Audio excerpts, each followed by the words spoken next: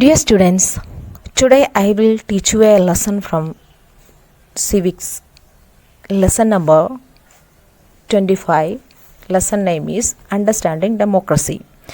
In this lesson we will learn the main topics: different forms of government, democracy, meaning of democracy, principles of democracy, types of democracy, pillars of democracy. So first we will learn about the different forms of government. To understand what democracy is, we need to understand different forms of government. Different forms of governments are monarchy, authoritarian government, military dictatorship, communist form of government. Then the most popular form of government is democracy. We will learn about the democracy in detail. Okay. The first one is monarchy. Many countries have a monarchical form of government. In this type of government, the monarch, a king or queen, has absolute power. Monarchy is generally hereditary. On the death of the monarch, the eldest child, usually a male child, inherits the position and becomes the next ruler. Oman, Saudi Arabia, Vatican City and Qatar have absolute monarchy. Bhutan, Denmark, Kuwait, Malaysia, Netherlands, Norway, Spain and Japan have constitutional monarchy. So in that, aristocracy is a form of government in which a few of the most prominent citizens rule. The term is derived from the Greek aristokratia, meaning rule of the best. The concept evolved in ancient Greece. Later, aristocracies primarily consisted of an group of persons enjoying superior social or economic status. An aristocratic class, privileged by birth and wealth. The common people were not allowed to take part in the government. That is the meaning of aristocracy. The aristocracy and the monarchy is little same it only. So the next one is authoritarian government, also known as totalitarian regime or dictatorship. In this type of government, the individuals are not given importance in the governance. The government enjoys unlimited power, but the citizens do not have any freedom. The power to rule rests with one person known as the dictator. Such power is often obtained forcibly. People who criticize or rebel against the dictator are punished severely. Adolf Hitler came to power in Germany through democratic elections in 1933, but destroyed the democratic system of government and ruled like a tyrant. Mussolini established a fascist government in Italy in 1922, which came to an end when he was overthrown in 1943. Zimbabwe was freed from white rule in 1980. Robert Mugabe ruled Zimbabwe, enjoying dictatorial powers. He took away freedom of the people, preventing them from criticizing the government. On 14th November 2017, he was removed by the Zimbabwe Defense Forces. Now we will learn about the next form of government, military dictatorship. It is a form of non-democratic government in which the political power lies with the military. The rules give a lot of importance to nationalism. The people, however, are not given much freedom. Even the media is controlled by the government. The judiciary is also under the government's control. Saddam Hussein's regime, which began as a non-party rule by the Ba'ath Party in Iraq, turned into a military dictatorship over time.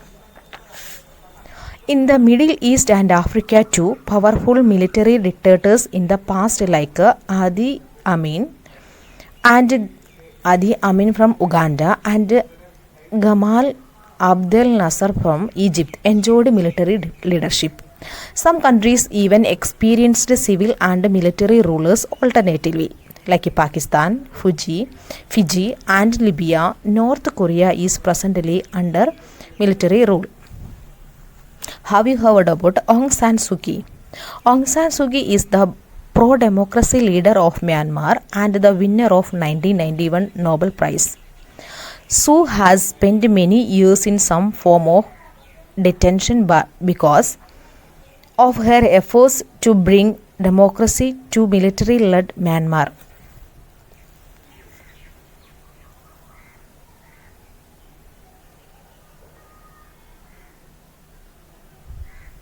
So now we will learn about the communist government. The communist or socialist governments are also non-democratic governments. They advocate that ownership of the means of production should be collective and private ownership of property should be denounced. The Russian Revolution in 1917 and the Chinese Revolution 1949 were landmarks in establishing communist governments in these countries. China, Cuba, and Vietnam are some communist states. The People's Republic of China is run by a single political party. There is no place for other parties. The party chooses the head of the state.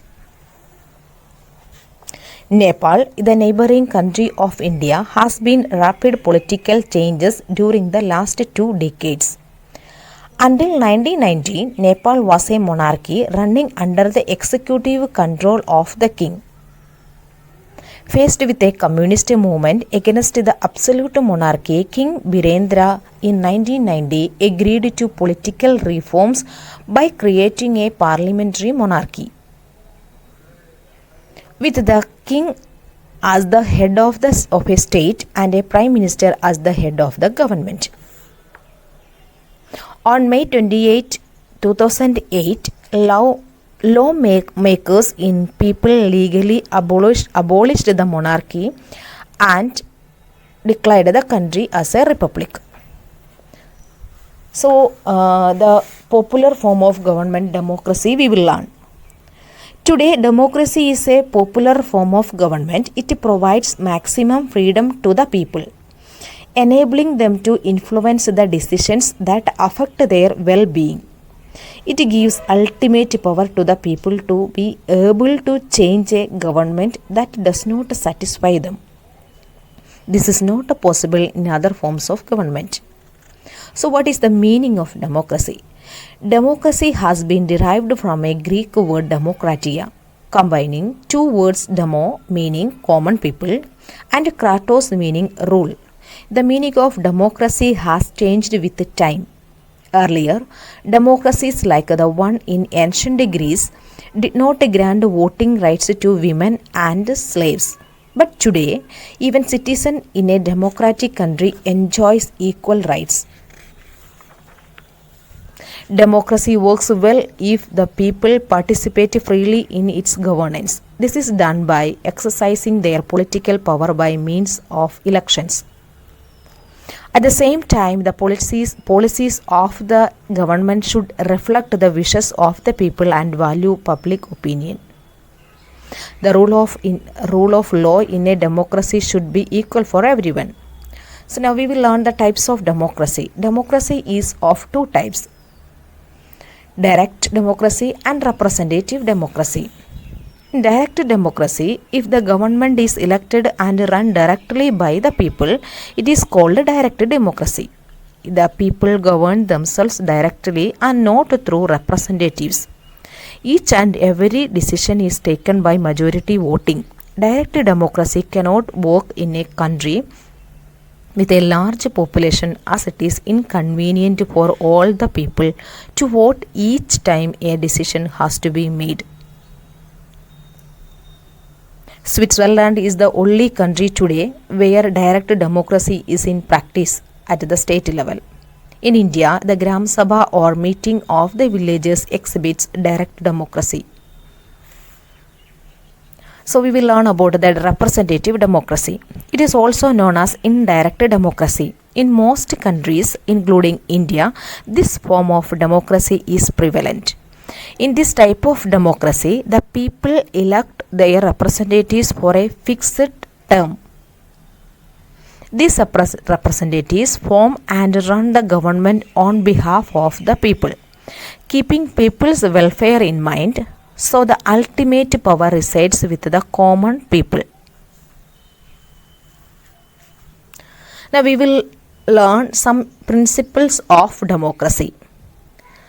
Democracy stands for some principles. They are, first one is, people have the power to elect their government, control it and remove it when it does not function properly. Anytime they can remove the government. Next one, people vote on the basis of universal adult franchise. Then third one, elections are held periodically by fair means. Time is fixed, periodically it is going on. Next one, a number of political parties may contest elections. Many political parties are there. The next one is, right of the citizens are protected by the government. So each right of the citizen protected by the government. Then next one is that the basis of democracy is equality. Mainly equally it will divided. The next one is, the government runs according to a written constitution. India has a written constitution. According to that constitution the government runs. The last point is, the power is distributed at all levels of government. So no person or no organ of government enjoys absolute power. It is distributed at all levels. These are the principles of democracy. Children,